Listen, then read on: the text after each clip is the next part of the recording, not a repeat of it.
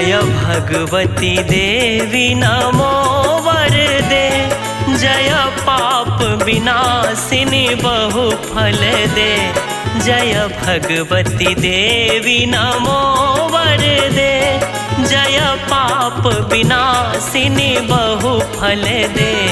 जय शुंभ निशुंभ कपाल धरे, जय शुंभ निशुंभ कपाल धरे।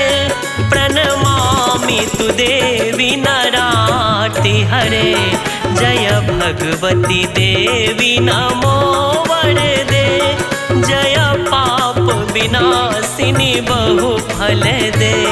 जय भगवती देवी नमो वरदे, जय पाप विनाशिनी बहु फल दे।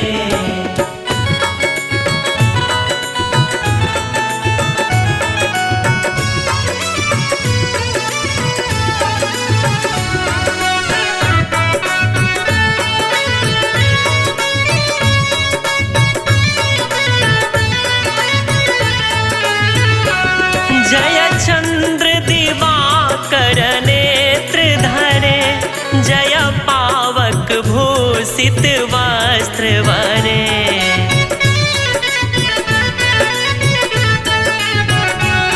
जय चंद्र दिवाकर नेत्र धरे, जय पावक भूषित वस्त्र वरे। जय भैरव देह निलीन परे, जय भैरव देह निलीन परे। जय अंधक दैत्य विशोष करे, जय भगवती देवी नमो वरदे, जय पाप विनाशिनी बहु फल दे। जय भगवती देवी नमो वरदे, जय पाप विनाशिनी बहु फल दे।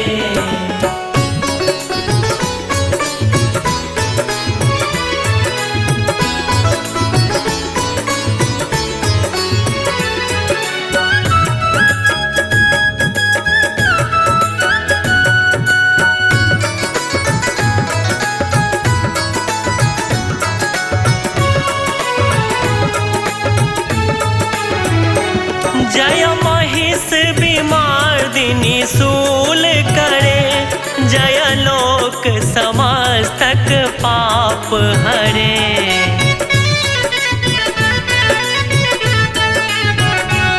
जय महिष विमर्दिनी शूल करे, जय लोक समस्तक पाप हरे।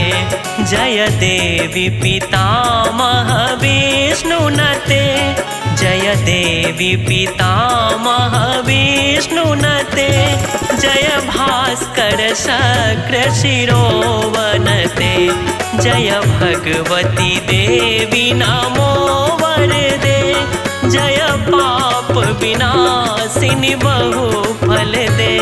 जय भगवती देवी नमो वरदे, जय पाप विनाशिनी बहु फल दे।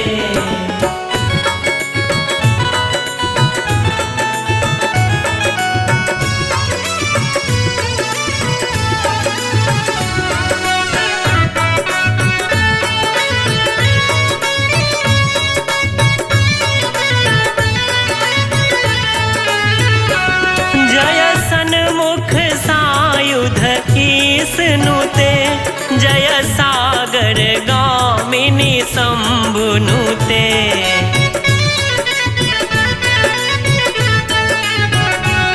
जय सन्मुख सायुध ईसनुते, जय सागर गामिनी शंभुनुते। जय दुख दरिद्र विनाश करे, जय दुख दरिद्र विनाश करे। जय पुत्र कलत्र विवृद्धि करे, जय भगवती देवी नमो वरदे, जय पाप विनाशिनी बहु फल दे।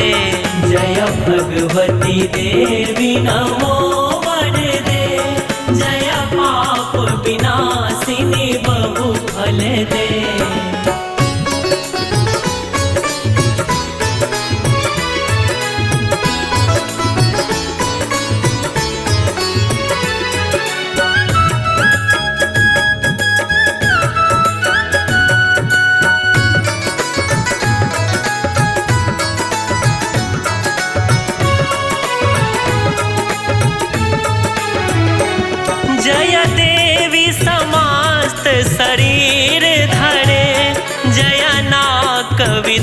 दर्शिनी दुख हरे।